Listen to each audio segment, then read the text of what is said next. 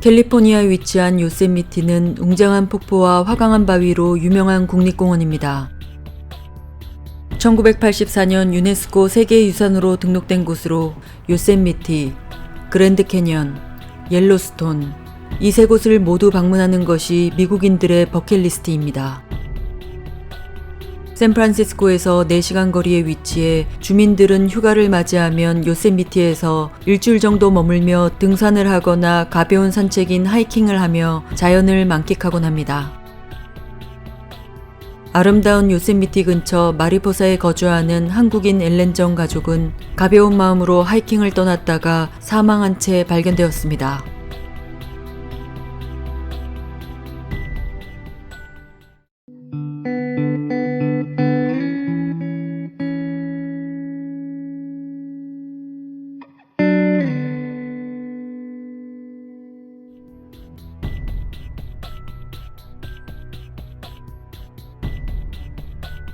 월요일인 오늘 일주일 동안 진행될 프로젝트를 위해 화상 미팅 일정이 있었습니다. 이번에 같은 프로젝트를 진행할 팀원들은 모두 주말을 잘 보냈는지 안부를 물으며 미팅 준비를 하고 있었지만 성실한 조나단이 로그인을 하지 않아 의아한 생각이 들었습니다. 어쩔 수 없이 조나단 없이 미팅은 시작됐지만 미팅을 마치자마자 동료는 조나단에게 전화했습니다. 하지만 그는 전화를 받지 않아 비상 연락망에 적혀있는 조나단의 아내 엘렌에게 전화했지만 그녀 역시 전화를 받지 않았습니다.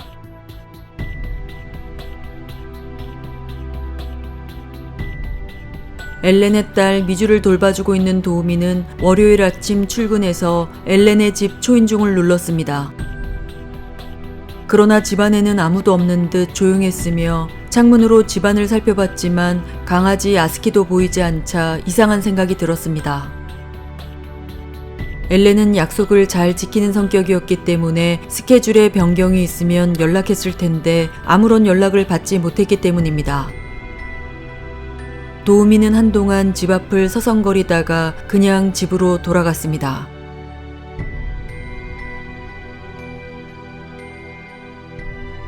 조나단의 동료는 늦은 밤까지 연락이 전혀 없는 조나단을 걱정해 밤 11시 경찰에 실종 신고를 접수시켰습니다.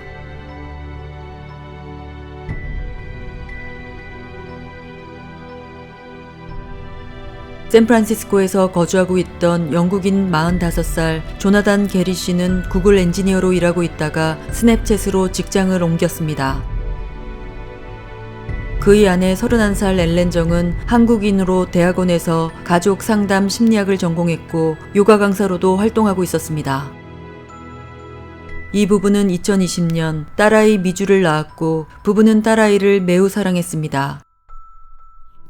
그러나 팬데믹이 시작되면서 실내 생활만 하는 미주에게 미안한 마음이 들기 시작했고 때마침 조나단도 재택근무를 하게 되었습니다. 엘렌과 조나단은 이참에 미주가 자연과 함께 자라는 것이 좋다고 판단해 요세미티 근처 마리포사로 이사하기로 결정했습니다. 조나단과 엘렌은 꾸준히 월급을 모아 마리포사의 임대용 주택을 여러 채 보유하고 있었고 지난 7년 동안 주말이나 연휴에는 마리포사에서 생활했기 때문에 이번 결정은 수월하게 할 수 있었습니다. 특히 조나단과 엘렌은 야외 활동을 즐겼으며 복잡한 도시 생활보다는 자연에서 지내는 것을 선호했기 때문에 요세미티 근처에서 당분간 살 수 있다는 건 너무나 행복한 일이었습니다. 부부에게는 8살인 아스키라는 강아지도 있어 모두 함께 별장 같은 마리포사로 서둘러 이사했고 조나단은 집에서 여전히 회사 일을 할 수 있었으며 주말이면 아내와 함께 근처 산책로를 찾아 하이킹을 즐겼습니다.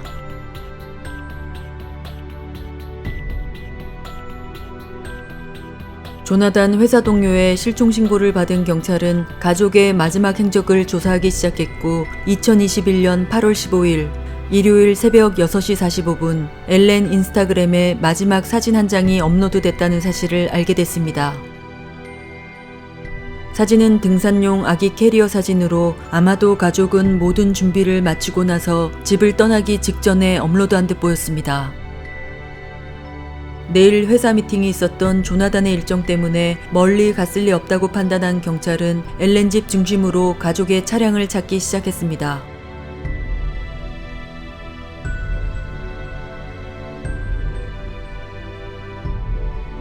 경찰은 가족의 집을 중심으로 주변 산책로의 모든 주차장을 뒤지던 중 2021년 8월 17일 새벽 1시 53분 부부의 차가 시에라 국립공원 입구에서 발견되면서 수색은 급물살을 타기 시작했습니다.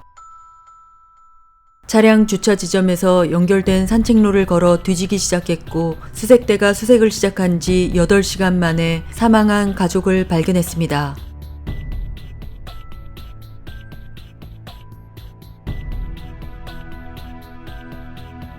(8월 17일) 오전 11시에 가족의 시신은 데블스 걸치 지역 근처에서 발견됐는데 차에서 12km 정도 떨어진 지점이었습니다. 조나단 옆에는 미주가 사망해 있었고 가족의 강아지 야스키도 함께 사망한 상태였으며 엘렌은 이들과 30야드, 27m 정도 떨어진 언덕에서 발견됐습니다. 가족은 타인이나 동물에 공격당한 흔적이 전혀 없었으며 왜 이들이 산책로에서 사망한 채 발견됐는지 육안으로는 전혀 알 수가 없었습니다.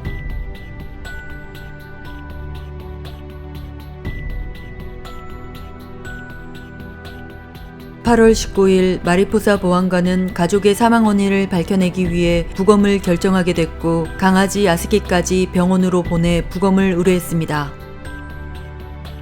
조나단과 엘렌이 하이킹한 일요일의 날씨는 40도까지 올라가는 더운 날씨였고 휴대폰은 전혀 사용할 수 없는 지역이었습니다. 가족의 배낭에는 여전히 물병이 남아있는 상태였으며 몇 년 전 산불로 인해 나무가 전혀 없어 그림자가 없었기 때문에 열사병으로 인한 사망인지 추측했지만 강아지가 함께 같은 장소에서 사망한 것은 여전히 의문이었습니다. 경찰은 가족의 배낭에서 발견된 물병 속에 독성이 있는지 확인했지만 어떠한 독성도 발견하지 못했습니다.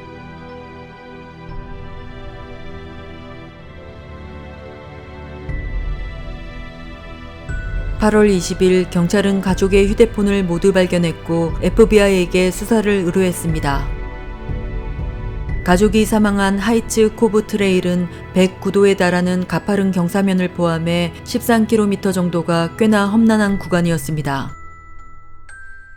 부부는 4시간에서 5시간 정도 트레일을 걷고 차량으로 돌아올 예정으로 보였는데 경찰은 부부의 집과 차량을 수색했지만 어떠한 특이점도 발견하지는 못했습니다.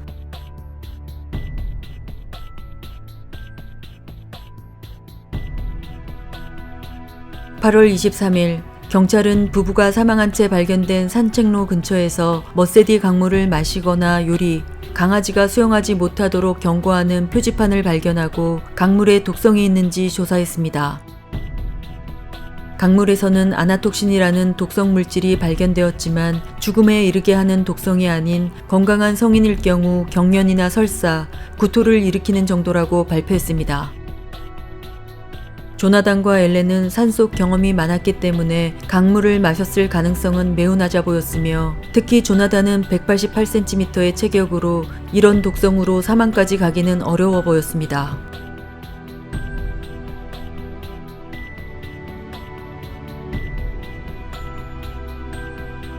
(8월 24일) FBI는 조나단과 엘렌의 휴대폰을 포렌식했습니다. 14일 조나단은 앱을 통해 집 근처 산책로를 조사한 것 외에는 구조 문자를 보내려고 한 흔적은 전혀 없었습니다. 사망 당일로 추정되는 15일 오전 7시 45분 가족의 차가 트레일로 향하는 모습을 목격한 목격자가 나타났고 오전 8시부터 하이킹을 시작한 듯 보였습니다. 산책로 근처에 독성이 있는 식물이 있는지 조사했고 가족이 사망한 지점에서 20km 떨어진 곳에는 독성이 있는 식물을 발견해 주변 트레일과 캠프장을 모두 폐쇄했습니다. 산책로 주변에는 버려진 탄광이 있어 일산화탄소 중독에 의한 사망인지 추정했지만 사람을 사망하게 할 만한 일산화탄소는 측정되지 않았습니다.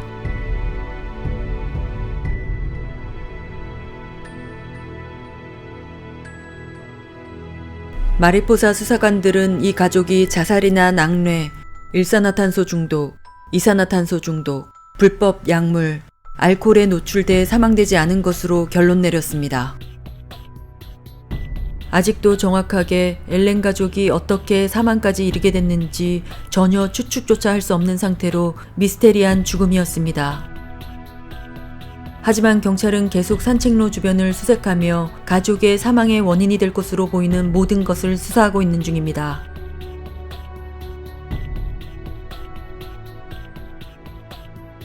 단란했던 엘렌 가족은 의문의 사고를 당한 듯 보이며 철저한 수사를 통해 진실이 밝혀져 같은 사고가 요세미티에서 더 이상은 일어나지 않도록 조치가 취해지기를 바랍니다.